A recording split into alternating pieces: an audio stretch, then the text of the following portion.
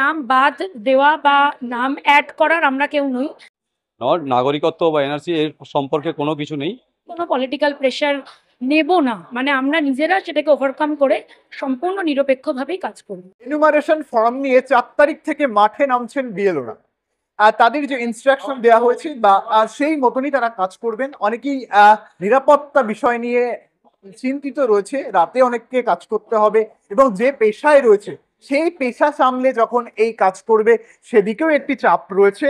এবং সব মিলিয়ে আজকে একেবারে শেষ পর্যায়ের একেবারে প্রস্তুতি বা যে প্রশিক্ষণ তা হয়ে গিয়েছে নির্বাচন কমিশনের তরফ থেকে। এবং 4 তারিখ থেকে মাঠে নামবে। আমরা কথা বলেছিলাম এই বিষয় নিয়েই যারা বিএলওরা রয়েছেন, যারা কাজ করবেন তাদের সঙ্গে। এরকম প্যানিক করার কোনো ব্যাপারই নেই।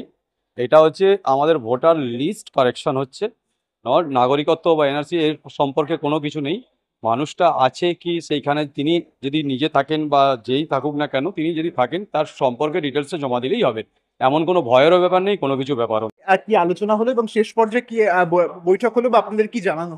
আমাদের আজকে ওই মেইনলি এসআইআর কিভাবে আমরা করব সেটাই বলা হয়েছে, এর থেকে বেশি কিছু নয়। কি মানে পুরো প্রসেসটা আমাদেরকে ইন শর্ট বুঝিয়ে দিয়েছে। একটা প্রশ্ন, আপনারা কাজ করবেন, এই নিরাপত্তার একটা প্রশ্ন রয়েছে, যেহেতু একটা হিউজ নাম বাদ যাওয়ার আশঙ্কা রয়েছে, তো এই যে এই নাম বাদ দেওয়া বা নাম অ্যাড করার আমরা কেউ নই। যেরকম ইনফরমেশন ওনারা আমাদের দেবেন আমরা সেই বেসিসেই আমরা জমা দেব ডকুমেন্ট। যা কিছু হবে আমাদের উপর মহলে যারা রয়েছেন তারা সেটা বুঝেন। নিরাপত্তার একটা প্রশ্ন রয়েছে, যে কোনো প্রশ্ন অবশ্যই আছে, কিন্তু আমার মনে হয় না, কারণ ম্যাক্সিমামেরই আমাদের নিজেদের লোকালিটির নিয়ারেস্টের জায়গাতেই পড়েছে, ফলে সেখানে খুব একটা আমরা আনসেফ নিজেদেরকে এই মুহূর্তে ভাবছি না। হ্যাঁ, সেটাও আছে, কিন্তু সবটাই আমাদেরকে ওভারকাম করতে হবে। সেটা নিজেরা যেভাবে যে প্রসেসে, ওটা নিজেদের ব্যক্তিগত, ওটা আমাদের ট্রেন তো আর এখান থেকে করবে না। ওটা যেভাবে আমরা সেটাকে ওভারকাম। আপনারা চাইছেন নিরপেক্ষভাবে কাজ করতে? একদমই তাই, একদমই। আমরা কোনোভাবেই কোনো পলিটিক্যাল প্রেশার নেব না, মানে আমরা নিজেরা সেটাকে ওভারকাম করে সম্পূর্ণ নিরপেক্ষভাবেই কাজ করব। আমাদের উপরে প্রেশারও চলে আসছে। এখন যে ডিউটিটা শিডিউল করা হয়েছে এখানে, সেই শিডিউলটা এমনভাবে করা হয়েছে যে এখানেও থাকতে হবে, ওখানেও থাকতে হবে। এখন আমাদের মানে শাকের করাত হয়ে গেছে। আমি আপনাদের তরফ থেকে যেটা দাবি করা হচ্ছিল যে আপনারা যখন বিএলওর কাজ করবেন তখন অফিস করবেন না, সেটাকে আপনাদের ইআরও বা আজকে নির্বাচন কমিশন কিছু স্পষ্ট করলো যে এই কাজের ব্যাপারে?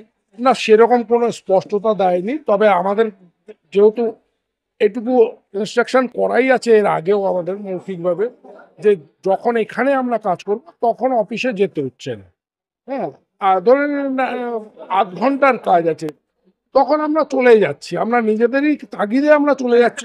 সুরক্ষার কথা বারবার বলা হচ্ছিল, সেন্সিটিভ বিভিন্ন ক্ষেত্রে অ্যাটাক হতে পারে বিএলওদের উপরে বা হুমকি হুঁশিয়ারিও আগে থেকে আমরা দেখতে পাচ্ছি। তো এই যে নিরাপত্তার একটা বিষয়, সেটা নিয়ে আপনারা কিছু বলেছেন?